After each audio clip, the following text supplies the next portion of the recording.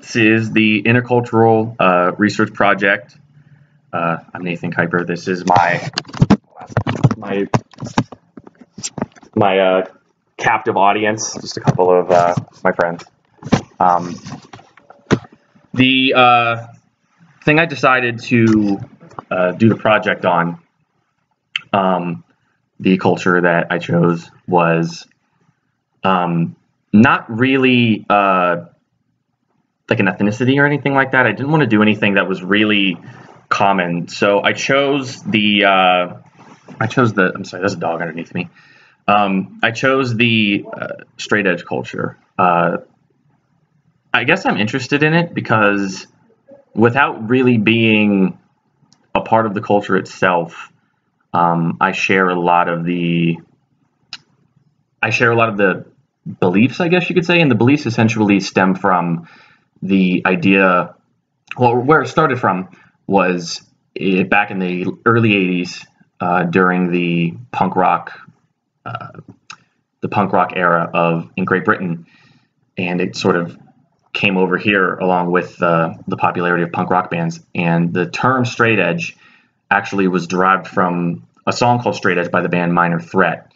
And essentially what it is a choice in lifestyle where you don't drink, you don't smoke, you don't take any sort of illicit drugs, and you just live a clean lifestyle.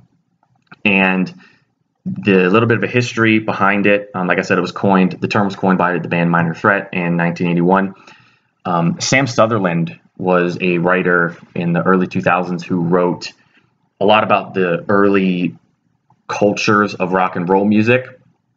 And he wrote about how a lot of the contradictions that existed once the culture of straight edge sort of took off was that this was a very holistic and very wholesome way to live your life, but it was stemming from a culture of rebellion, which was really what a lot of the punk rock fans sort of identified with, was this sense of like rebellion and revolution, and they were sort of aggressive and that type of thing.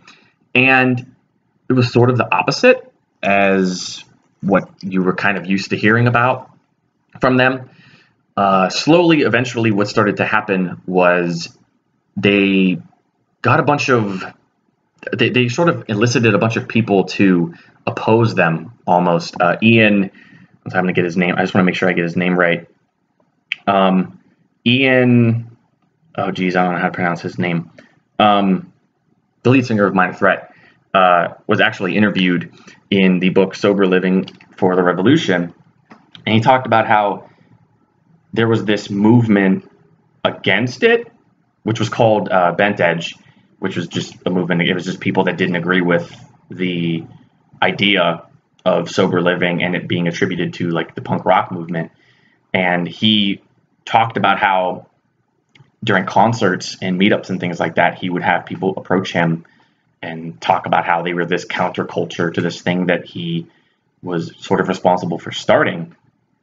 And it was just a very strange, it just seemed very strange to him that it was almost like an anti-movement existed before the movement did. That's a little bit of the history behind it. Ways that you can sort of recognize the people that sort of partake in this culture, it sort of goes along with the big symbol that's attributed to the culture, which is the X symbol. The X symbol is supposed to be symbolic of when an underage person goes into like a bar or a nightclub or something like that, and they're not able to drink. The people at the entrance will mark their hands with an X. So if you identify as part of the straight edge culture, even if you are of age, you sometimes will mark your hands with these X's. Sometimes you wear clothes. Some people even have it tattooed on them somewhere. And that's sort of, I guess, the only real symbol that's associated with. A lot of the other recognizable features that go along with it tie into a couple of the other questions where it's about stereotypes and sort of a wow moment that I found out. Some of the stereotypes that straight edge people deal with is this image of a radical almost skinhead type of image, and that originated from a movement that sort of started in like the late 90s, where in the Washington D.C. area, called the Hardline movement. Not the Washington D.C. area, that was the bent edge people, but just across the country there was this Hardline movement where it was a group of militant straight edge people who almost kind of took a Old Testament style of belief into the culture, where they were very violent,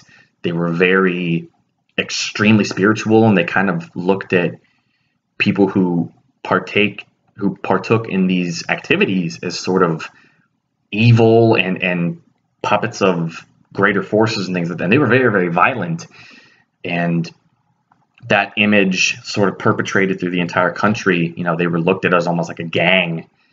And even to this day, when a lot of the blog posts that I saw that really didn't have any sort of like scientific backing behind them, that a lot of straight edge people are kind of asked very strange questions about how, oh, are you in a gang, or do you beat up homeless people? Because that's what the Hardline movement actually did.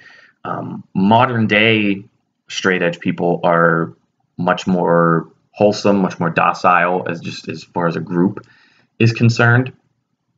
A lot of them sort of started incorporating more strict beliefs, believe it or not, actually even stricter than the don't drink, don't smoke, don't do drugs. Some started, not taking caffeine in any form, whether it be coffee, caffeinated drinks, anything like that. Some of them don't take prescription drugs, even something as simple as aspirin. Others don't partake in premarital sex. And it's all just based on sort of personal preference. A lot of modern day straight edge people are also vegans. And that was another big factor of the Hardline movement, which was they were sort of a branch of this sort of evolution of straight edge, which Ross Hainfler researched in one of his papers about the sort of the expansion of this group, and the Hardline movement were part of that. And then the other sort of splinter from that was this very peaceful sort of like protest group, but it was also very attached to animal rights and environmentalism. They weren't nearly as violent as the militant groups of the culture. So that's what I researched. I thought it was really, really cool. Like I said, I really admire the amount of will and the discipline that it takes to be a part of this culture. And while I do identify with some things, I'm not really for the drinking and the smoking and stuff like that. I don't really, veganism doesn't interest me, anything like that. So I think the extremes of the culture just don't really appeal to me, but it is still very interesting. I think that they're looked at in a lot more not biased light than usual. And it was really cool. It was really fascinating. So thank you for listening. Thank you. And that's it.